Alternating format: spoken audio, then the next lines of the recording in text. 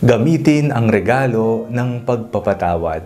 Ako po si Father Fiel Pareha at ito po ang ating segment, ang Daily Devotion, na kung saan tayo po ay magdarasal, magbabasa at magninilay kasama ng salita ng Diyos sa buong taon.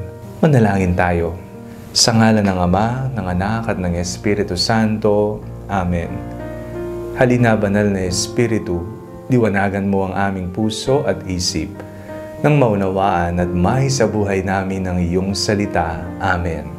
Our Bible passage for today is from the Gospel of St. Matthew chapter 18, verses 15 to 17, and I read it for you. If another member of the church sins against you, go and point out the fault when the two of you are alone. If the member listens to you, you have regained that one.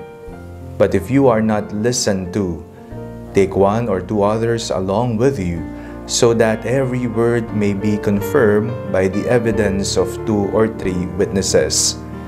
If the member refuses to listen to them, tell it to the church. And if the offender refuses to listen even to the church, let such a one be to you as a Gentile and a tax collector. Nahihirapan ka bang magpatawad? Marahil ito na ang isa sa mga pinakamabigat at mahirap na sundin na kautusan na iniwan sa atin ng ating Panginoon. Ito po ay ang pagpapatawad. Sa kasalukuyan po ba, kayo ho ba ay mayroong hindi kausap, may kagalit po ba kayo o may kaaway po ba kayo? Ang pagbasa po natin sa araw na ito ay isang paalala ng utos ng pagmamahalan, ng pagpapatawaran ng bawat isa. Kung mayroon daw isa sa atin na nagkasala sa atin, nakagawa ng masama sa atin, o kung anuman ang kanyang masama at hindi kaaya-ayang ginawa sa ating buhay, binigyan tayo ng paraan ng Panginoon kung papaanong maaari nating resolbahin ang gusot na nangyari. Ang utos ng pagmamahal. Ang pagbibigay ni Jesus sa atin ng utos na ito ay may kalakip na isang regalo.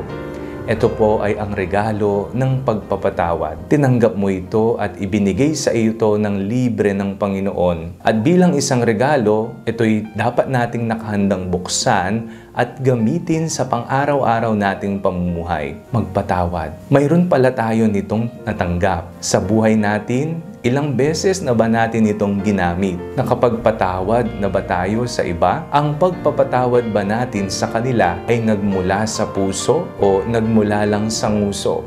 No, ibig sabihin hanggang salita lamang. Pero sa kaibuturan ng ating buhay at damdamin, ay hindi naman talaga tayo nagpatawad. Sa tuwing tayo ay nagpapatawad, pinapalaya natin ang sarili natin. Ang ginawa nating bilangguan sa ating puso ay ginagamitan natin ng susi upang tayo'y makalaya. Kapag tayo'y nagtanim ng galit at hinanakit o puot sa ating damdamin, hindi ho ba tayo rin ang nahihirapan? At kailangan nating palayain ang ating sarili mula sa bilangguan ng puot at galit. Gamitin natin ang regalo, ang susi na ipinagkaloob ni Jesus, ang pagpapatawad.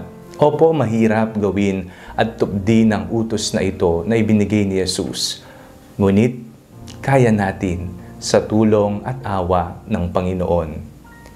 Manalangin tayo. Panginoong Hesus, sa mga panahon na nahihirapan po kaming magpatawad, nawa bigyan niyo po kami ng grasya upang buksan ang aming puso at mahalin, tanggapin muli ang aming mga kapwa. Amen. Sa ngalan ng Ama, ng Anak, at ng Espiritu Santo. Amen. Huwag po ninyong kalimutang i-like ang video ito, mag-comment po kayo and share it with your family and friends. Ang Panalangin Bago Matulog ay may sariling Facebook page na po. Huwag niyo pong kakalimutang mag-like o mag-follow dito. And do not forget to subscribe to our YouTube channel. I-click niyo lamang po ang link na nasa description ng video ito o kaya naman po just search Father Fiel Pareha. God bless you po.